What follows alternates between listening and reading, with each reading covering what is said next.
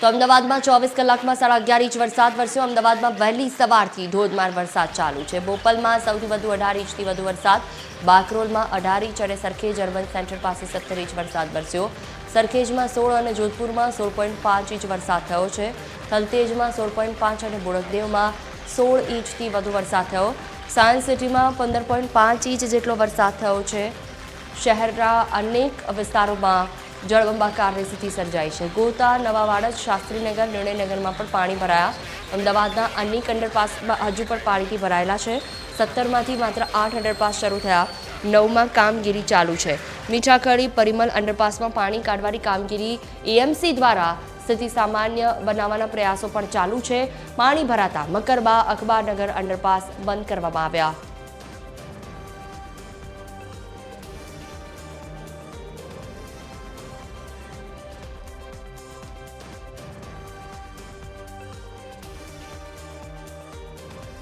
કામગીરી ચાલુ છે। સતત વરસાદને કારણે આ સ્થિતિ સર્જાઈ।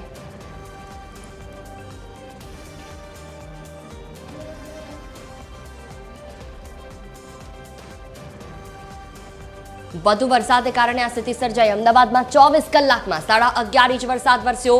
તસવીરો પરથી અનુમાન લગાવી શકાય કે કેટલી હાલાકી સર્જાઈ છે। બોપલમાં સૌથી વધુ 18 ઇંચથી વધુ વરસાદ વરસી ગયો છે। જ્યાં જુઓ ત્યાં વરસાદી પાણી, સોસાયટીઓથી લઈને રસ્તાઓ પર પાણી ભરાતા વાહનો પણ તરતા જોવા મળ્યા।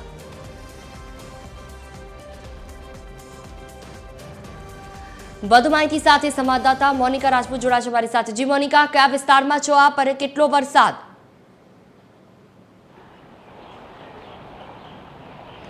બિલકુલ તો જોઈએ જે પ્રમાણે વાત કરવામાં આવે તો રાત્રિ દરમિયાન વરસાદે વિરામ તો લીધો હતો, ત્યારબાદ જે કેટલાક વિસ્તારોમાં પાણી ભરાયા હતા અને સવારથી પણ જે અમદાવાદ શહેરમાં વરસાદ વરસી રહ્યો છે, ત્યારે જે હાલ આ જે દ્રશ્યો જે છે અમદાવાદના મણિનગર વિસ્તારના દ્રશ્યો છે, જે અરુણધંતી જે પાર્ક જે છે ત્યાં આવેલું છે, ત્યાં સોસાયટીના આ જે મકાનો જે છે, આ મકાનો જે કરોડો રૂપિયામાં વેચાતા હોય છે તેવા મકાનોની આ સ્થિતિ છે, જ્યાં પાણી ભરાયેલા છે, ઘૂંટણસમા પાણી ભરાયા છે। સોસાયટીના જ્યાં નજર પહોંચે ત્યાં સુધી આ જે પાણી ભરાય છે, જેના કારણે અહીંના જે રહીશો જે છે તે લોકો પણ હેરાન થઈ રહ્યા છે। અહીંના રહીશ છે, એમની સાથે જ વાત કરીશું। જે પ્રમાણે આ મણિનગરનો ભૈરવનગરનો વિસ્તાર છે, દર વર્ષની આ પરિસ્થિતિ છે, શું કહેશો? ભૈરવનાથ વિસ્તાર છે અમારો, 5 નંબર અરુંધતી પાર્ક સોસાયટી છે। વર્ષોથી પાણી ભરાય છે। અહીંયા 40 વર્ષ ઉપર થયા, પાણીનો કોઈ નિકાલ થતો નથી। જ્યારે પણ આમ તો આ વખતે આ જગ્યા ઉપર નવી સ્ટ્રોમ લાઇન પણ નાખવામાં આવી હતી ને એવું કહેવામાં આવ્યું હતું કે આ વર્ષે પાણી એટલું નહીં ભરાય, પરંતુ આ સ્થિતિ રાત્રિ દરમિયાનથી પાણી ભરાયેલું છે। આવું તો 2-3 વખત થયું છે સ્ટ્રોંગ લાઇન માટે, પણ હજુ એનો કોઈ નિકાલ થતો નથી।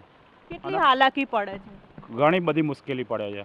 તમારા સોસાયટીની અંદર સુધી પણ? હા, ઘરમાં બી આવી જાય। અચ્છા, ઘરમાં બી પાણી આવી જાય।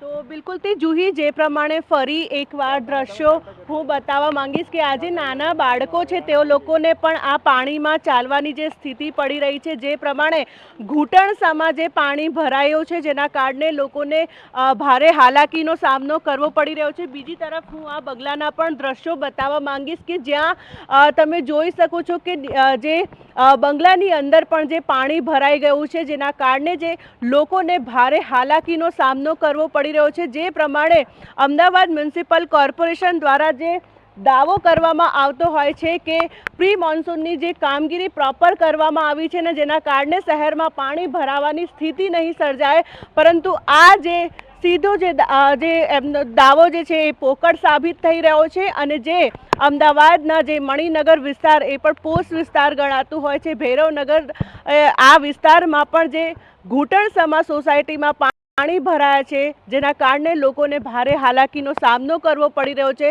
રાત્રિ દરમિયાનથી આ પાણી ભરાયું છે, જેના કારણે આ સ્થિતિ છે અને લોકોને ભારે હાલાકીનો સામનો કરવો પડી રહ્યો છે। જુહી, બિલકુલ મોનિકા, અપડેટ માટે આપની પાસે પાછા ફરીશું। તો જે દ્રશ્યો આપે જોયા, સતત અપડેટ આપના સુધી પહોંચાડી રહ્યા છે કે જ્યાં જુઓ ત્યાં વરસાદી પાણી ભરાયેલા છે।